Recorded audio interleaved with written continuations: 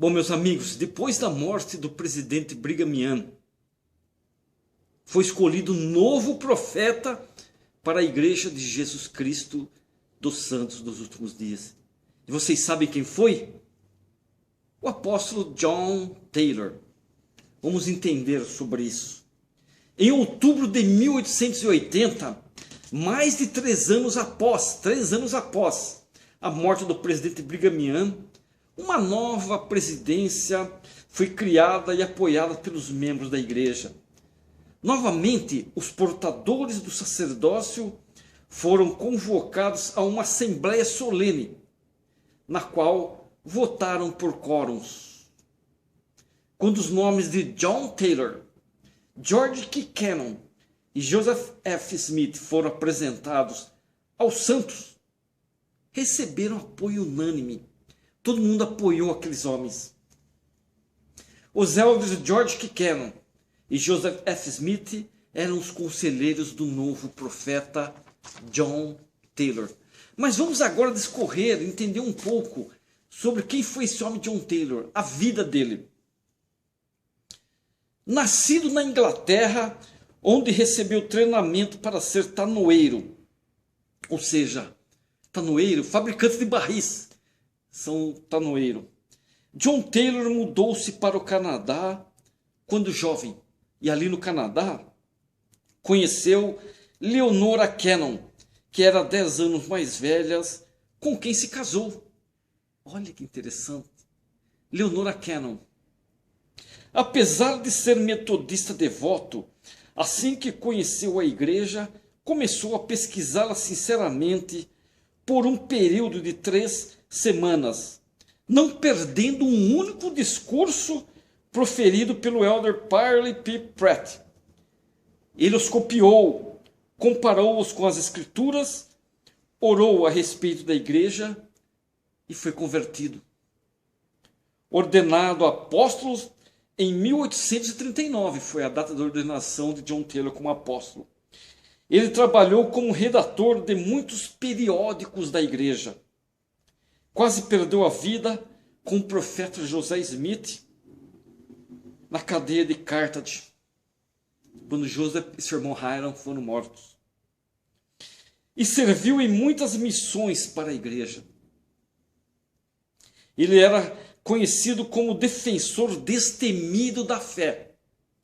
Seu lema pessoal era, abre aspas, o reino de Deus ou nada, fecha aspas. O reino de Deus ou nada era seu lema.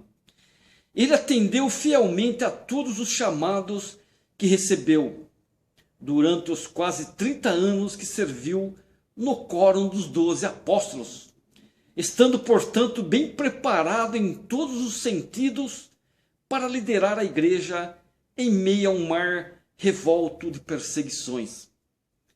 Depois do funeral de Brigham Young, John Taylor e os 12 voltaram-se ao difícil problema de avaliar e classificar as propriedades do presidente Young, para determinar quanto pertencia à igreja e o que era direito de seus descendentes, dos descendentes de Brigham Young.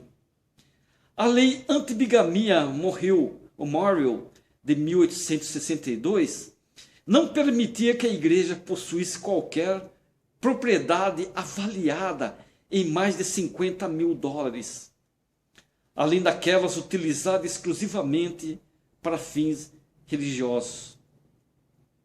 Por esse motivo, as propriedades adquiridas pela igreja foram colocadas em nome do presidente Brigham Young.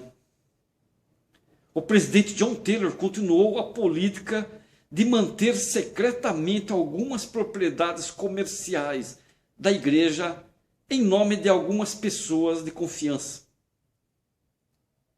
O presidente John Taylor designou George K. Cannon, Albert Carrington e Brigham Young Jr. Este último, Brigham Young Jr., que foi ele, para representar os interesses da família Young, como executores do testamento. Sua tarefa tornou-se ainda mais difícil devido à enorme publicidade e especulações publicadas nos jornais do país. Que país? Estados Unidos. Foram divulgados rumores de que as propriedades valiam milhões de dólares, aumentando as expectativas de algumas pessoas da grande família do amado Brigham Young. Depois de vários meses de trabalho dedicado, os 3 executores determinaram que as propriedades valiam aproximadamente $1.626.000. Mais de $1 milhão desse total, porém, pertenciam à igreja. Mais de $1 milhão desse total pertenciam à igreja. Quando viram que a soma que receberiam não correspondia às suas grandes expectativas, 7 dos herdeiros de Brigham Young abriram queixa no 3º Tribunal de Justiça Distrital. E o caso foi a julgamento, provocando ainda mais publicidade. Tomando o partido dos herdeiros, o juiz Jacob S. Borman, que era assumidamente um não-mormon, ou um anti-mormon, considerou os executores passíveis de punição prevista pela lei. Os elders Cannon, Young e Carrington passaram 3 semanas do mês de agosto de 1879 na penitenciária territorial de Utah, até que a Suprema Corte Territorial revogou a decisão do juiz Borman. 3 semanas ficaram lá presos. Os líderes da igreja concordaram em dar aos herdeiros um adicional de $75.000 para encerrar a questão. Na Conferência Geral de abril de 1880, a igreja comemorou seu 50º e o presidente Taylor, baseando-se no Velho Testamento, declarou que aquele seria um ano de jubileu. Ele anunciou em nome da igreja que estaria anistiando $802.000, metade do déficit total da quantia que ainda era devida por alguns santos à Companhia do Fundo Perpétuo de Imigração. Ele anistiou. Depois ele pediu que ovelhas e bois, olha que o profeta, o amor que ele tinha. Depois ele pediu que ovelhas e bois fossem doados aos pobres. Incentivou a Sociedade de Socorro a emprestar trigo sem cobrar juros aos fazendeiros menos afortunados. Que medida do profeta!